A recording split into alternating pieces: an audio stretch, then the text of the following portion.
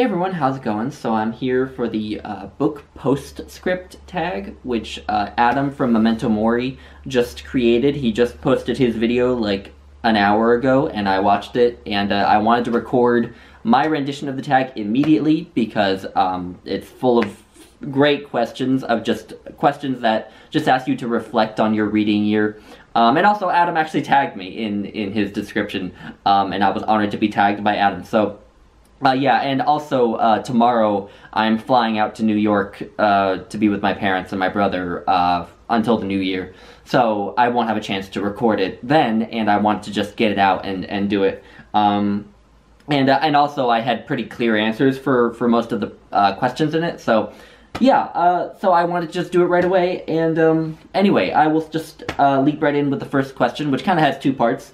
So it's the longest book you read this year and the book that took you the longest to finish.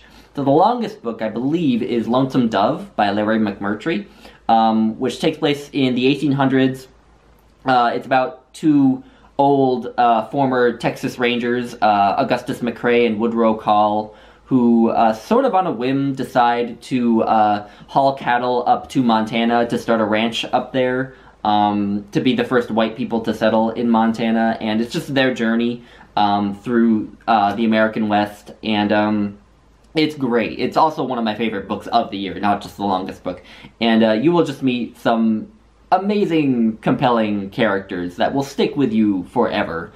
And what was kind of refreshing, I usually don't care if the characters in my fiction are likable, but it was refreshing to read a novel where a lot of the characters are people who I would actually like to meet, who are actually, in many cases, at least good people, if not always smart people. And it's just wonderful. If you haven't read this, this is a must-read, in my opinion.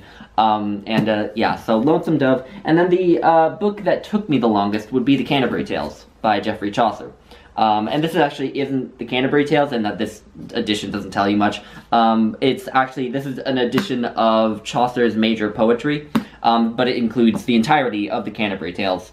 Yeah, Elena McCreedina and I buddy read it, and we read it in the original Middle English, and so that really slows you down. It doesn't take that much work to get acclimated to the Middle English of Chaucer, but it does take some work, and, you know, it is sort of a different idiom that you're not quite fluent in. Certainly I'm not, I don't pretend to be. And so it slows down the reading process a lot. I think we took 2 months to read it. So yeah, by far the longest time to read a book. And again, I really enjoyed it. It's hilarious. The tales in here are just so funny, some of them. And the others that aren't funny are still really entertaining and thought-provoking. And I'm also going to be rereading parts of this in the new year, I hope. So yeah, The Canterbury Tales. Question 2 is a book you read in 2018 that was outside your comfort zone.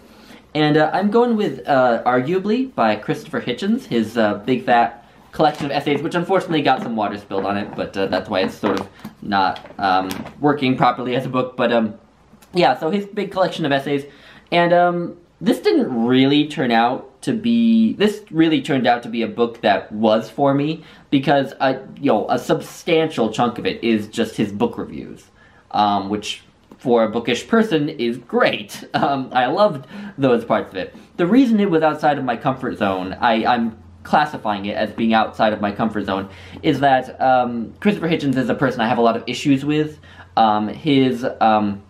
His stance on religion really ruffles my feathers a lot. I think he and, Richard Dawkins, the new atheist, are incredibly condescending and bigotous toward religion in a way that is just not productive. And so my thoughts on Christopher Hitchens was that I might read him at some point, but it wouldn't be reading him exactly for pleasure. It would be reading him to know him, so that when I talk about how critical I am of him, I can sort of know what I'm talking about, but not reading him for pleasure. I was thinking of his book, God Is Not Great. But I read this and loved it. His book reviews are great. You will see very little of his views on religion in them. Occasionally they will pop up, but they're always in passing.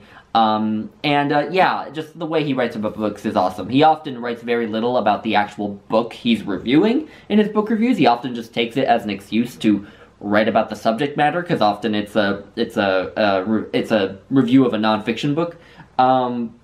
That's just awesome. You learn a lot, and he's a great writer, and I ended up loving this. Question 3 is, how many books did you reread in 2018? And I counted 16. And it was a great rereading year. A lot of the books that I reread, a lot of them were books that I loved the first time, that I fell in love with even more. The Iliad comes to mind, and Ovid's Metamorphoses, which I both read for the second time, which I appreciated so much more the second time around. They're both just amazing works of literature. I reread a bunch of Shakespeare plays for ShakeTube, and again, same experience, especially with Henry IV, Part 1. I really fell in love with Falstaff as a character, which was great. Falstaff is just one of the most wonderful fictional creations in all of literature. So it was a great rereading year. That's a lot of rereading for me. I always love rereading because I feel like I'm kind of coming home. I feel like I'm in my comfort zone, and I can just kind of kick back and relax and really enjoy what I'm reading, much more than the first time around, where I'm sort of acclimating to the world of the book and sort of learning name tags, so to speak. And yeah, so I love rereading, and I did quite a bit of it this year. Number 4 is your favorite reread of 2018, which is hands down for me Dune by Frank Herbert. His great science fiction novel. I haven't read enough science fiction myself to assert this, but if someone wanted to argue that this is the greatest science fiction novel of all time, I would probably not argue. And I would say it's one of the greatest novels of all time. It's just incredible. It's just jam-packed with ideas, and just gripping on every page. Even when not much is going on, it's incredibly gripping. Which is kind of incredible, since I think early on in this novel you can probably figure out how it's going to end. But Frank Herbert doesn't let go of you at any point during this novel, and it's just a work of genius.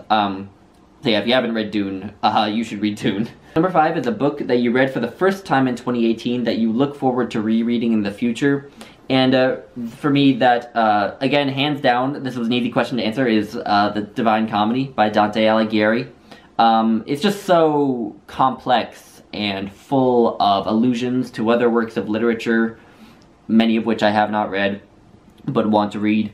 Its structure is so complex. You know, there are echoes in each of the sections of the Divine Comedy with the other sections that, you know, you cannot get on a first reading, and even on a second or a third or a fourth reading. I feel like this is just a book to reread many times throughout your life, because each time you will probably see new connections. And it's also just a wonderful intellectual exercise for me. I loved reading the footnotes in the edition that I read, and getting all of those references and the sort of theological themes within it that are elaborated in the notes. The notes of whoever has done the translation are like half the fun with the Divine Comedy.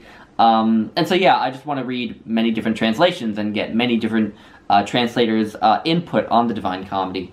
Because yeah, it's just an endless, a bottomless pit. So yeah, the Divine Comedy. Number 6 is your favorite single short story or novella that you read in 2018. And I'm going right back to the beginning of the year for this. Franz Kafka, A Hunger Artist. Not The Metamorphosis. This is a collection that does include The Metamorphosis, but I'm going with A Hunger Artist. Which is a story that just returns to me at totally random times. It's about a man who entertains people by starving himself, and the people around him. He sits in a cage and starves himself constantly to entertain people, and basically what always ends up happening is someone always ends up forcing him to eat to get him to stop starving himself, but he just wants to keep starving himself, and I don't know, Franz Kafka just has a way. His stories feel like parables, kind of like Aesop's fables, But unlike most parables or fables, it's unclear, what the moral is, who the good guys are, or who the bad guys are, which those sorts of things usually are pretty clear in traditional fables. But in a Franz Kafka short story, you come away sort of not really knowing what to think about it. And I felt that more about A Hunger Artist than about any of the other short stories in here. Even, again, than The Metamorphosis. Yeah, it's just one that I absolutely want to return to. And, yeah, it was just fascinating. So, yeah. Again, another recommendation, another one of my favorite books of the year. Question 7 is Mass Appeal, a book you liked and would recommend to a wide variety of readers. Now, this is cheating a little bit because I haven't actually finished the book, but I'm almost done and I'm pretty sure of this answer. It's Wild, from Lost to Found on the Pacific Crest Trail by Cheryl Strayed. It's her memoir of the time when she was in her 20s. Her mother died very suddenly of cancer when her mother was also not that old, when her mother was in her 40s. And basically Cheryl's life kind of falls apart in the wake of that. She divorces her husband, her siblings all kind of lose touch with each other, and she just feels kind of directionless in her life. And so she just on a whim decides to hike the entire Pacific Crest Trail, which is a big hiking trail in the American West that goes through California, and I think it goes all the way to Canada even. I don't know if you can see that.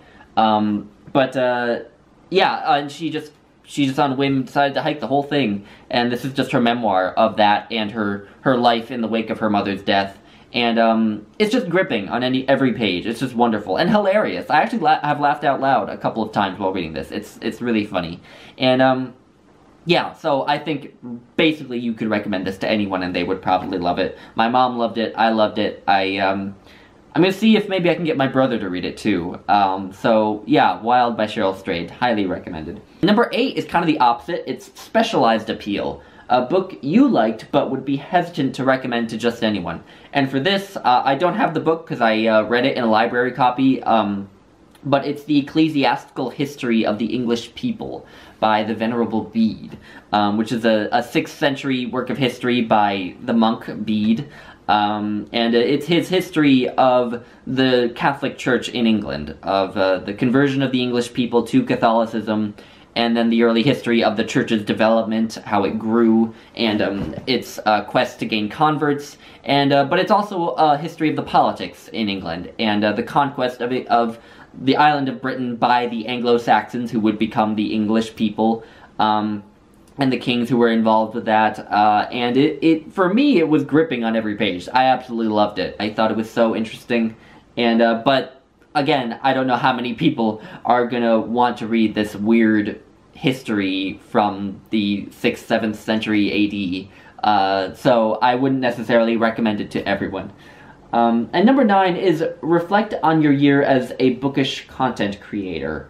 And the main thing that I want to talk about in response to this is something that's bugged me for a long time. And it goes right back to why I started this channel. I started this channel really emulating Ashley from Climb the Stacks. Hers was my favorite channel ever for a long time. She doesn't really make videos anymore, but she was absolutely my favorite channel for a really long time. And she basically did nothing but book reviews. Just individual videos about books she's been reading. And I wanted to do that myself. I wanted to make book review videos where I would just dive really in depth into one book, discuss my thoughts on it, discuss its background a little bit, and yeah, just dive deeply into each book that I talk about on my channel, rather than doing wrap-ups or Friday reads where I talk about, a bunch of books sort of superficially, which is what I started to do. So I started my channel, and I did a ton of book reviews. You can go back through my backlog and find, early on, I think I did something like 15, 20 book reviews, and I was just knocking them out. I was also on summer vacation at the time, didn't really have anything to do, so I had a lot of time to make book reviews at that time. But then I sort of joined BookTube and got more into the wider community, got more subscribers, and what happened was I got a bit intimidated. I started to feel like, you know, who am I to make these 10, 15-minute long videos where I dissect the heck out of one book, when, you know, there are people on BookTube who actually have PhDs in English literature, who are actually qualified to do things like that. Whereas I study psychology, I took one English course in college, and so I just felt a bit like a fraud doing it. So I started to do the more conventional thing, do Friday reads, do wrap-ups, and things like that, and just give casual thoughts on a bunch of different books in one video. And that's what I've been doing, with the occasional exception. I've occasionally done videos where I've gone in depth on a single book, especially with Buddy Reads and with ShakeTube and things like that, but I really want to bring that back and make that a more integral part of my channel. And a goal of mine for 2019 is to make 20 book talk videos. And I say book talk, not book review. Because again, I don't feel like I'm qualified to review books, especially the books that I talk about. Because a lot of the books that I talk about are classics. And, you know, who am I to read, you know, Paradise Lost by John Milton and evaluate it? You know, it's a monument of English literature. And by the way, I did love it, so I'm not saying I would make a negative review of it if I were reviewing it. But a book talk to me is something a bit different than a book review. In a book talk, I will try to go a little bit in depth on the author's background, on the book's background, on perhaps its reception and its influence a little bit, and just sort of, the way I think of them is a little Wikipedia article as a video, but hopefully a bit more than a Wikipedia article, because part of it will also be my own impressions, my own thoughts, how I liked it, and other things. So it won't just be, you know, fast food Wikipedia, so to speak. If you look at the video I did on Sir Gawain and the Green Knight and the Ecclesiastical History, I'll leave links to both of them. If you look at those videos, those are sort of what I'm talking about, where I talk a good deal about the background, as well as my own thoughts and impressions of the book. And I would like to do 20 of those in 2019. So, yeah, we will see if that happens. I'm gonna make that my only goal for the upcoming year, because I think it's, for me, a pretty big goal. So, yeah, those are my thoughts on my channel for now, my main thoughts. Number 10 is to tag some fellow bookish content creators. I will tag some people below. And this is gonna be my last video of 2018. I swear, I know I said in my last video that I was taking December off, and here I am making my second video of December. But from now on, I will be out. I am getting my wisdom teeth out on Monday, so I will be completely incapacitated. And I'll also be at my parents' house, where I won't be able to really have the time or privacy to make videos. So yeah, it's been a great year, guys. I've loved hearing from you all. And everyone who comments, all my fellow bookish content creators. And thank you, Adam, for creating the tag and for tagging me. This was a great tag. Yeah, anyway, have a great vacation, holiday season, New Year's, whichever you're doing. Or if you're doing nothing, then have fun doing whatever you do in the coming weeks. And I will see you all in 2019. Bye now.